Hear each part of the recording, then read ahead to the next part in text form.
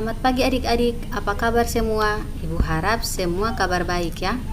Karena pada kondisi saat ini yang mana pemerintah menyarankan kita tetap menjaga kesehatan, menjaga jarak, memakai masker saat bepergian dan mencuci tangan. Baik, sebelum kita melanjutkan pelajaran kita pada pagi hari ini, mari kita buka dengan doa. Berdoa dimulai. Bismillahirrahmanirrahim. Rabitu billahi rabba wa bil islami dina wa bil muhammadin nabiyya wa rasulullah. Allahumma zidni ilman warzuqni fahman. Berdoa selesai. Baik, pada pertemuan kali ini kita akan membahas tentang pengertian dari bilangan bulat. Namun dalam pelajaran matematika pasti kalian sudah tidak asing lagi dengan istilah bilangan, yang mana bilangan merupakan suatu konsep matematika yang memberikan nilai jumlah terhadap suatu yang dihitung. Hal ini yang membuat bilangan digunakan dalam pengukuran dan pencacahan. Suatu bilangan punya namanya simbol atau lambang simbol yang kita sebut sebagai angka. Misalnya bilangan 6. Bilangan 6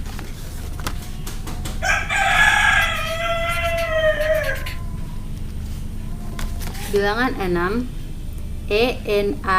6 dapat kita lambangkan menggunakan angka 6. Dapat kita lambangkan menggunakan angka 6. Angka 6.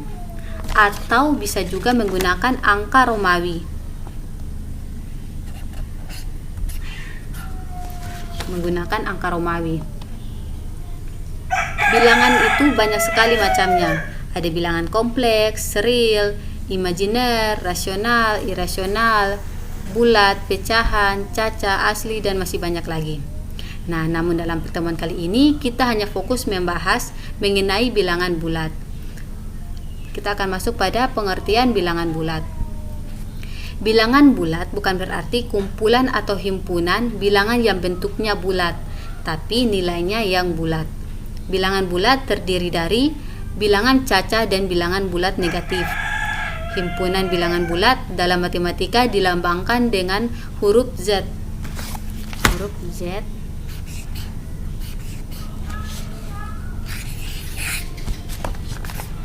Huruf Z. Lambang ini berasal dari bahasa Jerman, yaitu Zahlen yang berarti bilangan. Bilangan caca sendiri merupakan bilangan himpunan bilangan yang terdiri dari bilangan 0 dan bilangan bulat positif. Bilangan bulat positif bisa juga disebut sebagai bilangan asli, merupakan himpunan bilangan bulat yang bernilai positif. Sementara itu, bilangan bulat negatif merupakan himpunan bilangan bulat yang bernilai negatif. Seperti bilangan 0 sama dengan angka 0, bilangan asli atau bilangan bulat positif sama dengan angka 1, 2, 3, 4, 5 sampai tak terhingga, dan bilangan caca sama dengan 0, 1, 2, 3, 4 sampai tak terhingga, dan bilangan bulat negatif sama dengan min 5, min 4, min 3, min 2, min 1. Nah, bilangan asli terbagi lagi menjadi bilangan ganjil, genap, prima, dan komposit. Bilangan ganjil merupakan himpunan bilangan yang bukan kelipatan dua atau nilainya nggak bisa habis jika dibagi dua. Kembalikannya, bilangan genap merupakan himpunan bilangan kelipatan dua atau nilainya akan habis jika dibagi dua.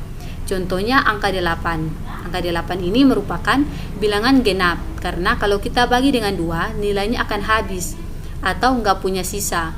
Beda lagi dengan 13. Coba 13 bisa dibagi dua nggak?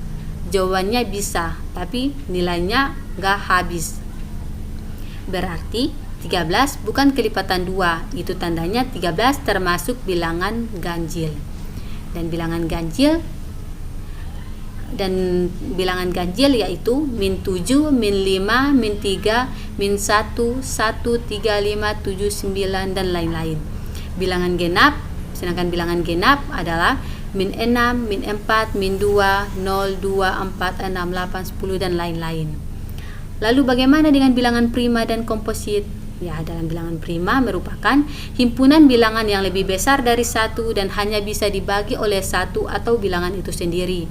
Contohnya angka 2 merupakan bilangan prima karena hanya bisa dibagi satu dan bilangan itu sendiri, yaitu 2. Sedangkan 4 bukan bilangan prima karena selain bisa dibagi 1 dan 4 juga bisa dibagi 2. Contohnya bilangan prima lainnya adalah sebagai berikut. Bilangan prima yaitu 2, 3, 5, 7, 11, 13. Nah, kalau bilangan yang nilainya lebih besar dari 1 dan bukan termasuk bilangan prima, berarti bilangan tersebut merupakan bilangan komposit. Contohnya 4 tadi. Bilangan 4 lebih besar dari 1 dan bukan bilangan prima karena bisa dibagi 1, 2, dan 4. Jadi yang termasuk bilangan komposit contohnya ada 6. Bilangan 6 juga termasuk bilangan komposit karena nilainya lebih dari 1 dan bukan bilangan prima atau bisa dibagi 1, 2, 3, dan 6. Bilangan komposit yaitu angka 4, 6, 8, 9, 10, 12. Kita akan masuk pada membandingkan bilangan bulat. Membandingkan bilangan bulat berarti menentukan apakah suatu bilangan bulat memiliki nilai lebih besar, lebih kecil, atau sama dengan bilangan bulat yang lainnya. Dalam membandingkan bilangan bulat, kita bisa menuliskan menggunakan lambang-lambang. Misalnya A dan B merupakan bilangan bulat. Jika A lebih besar dari B, maka bisa ditulis A lebih besar dari B. Kita bisa menulis A lebih besar dari B, dan jika A lebih kecil dari B, kita akan menulis A lebih kecil dari B. A lebih kecil dari B. Kita akan bisa menulis A lebih kecil dari B. Jika A sama dengan B, maka kita akan menulis A sama dengan B. A sama dengan B.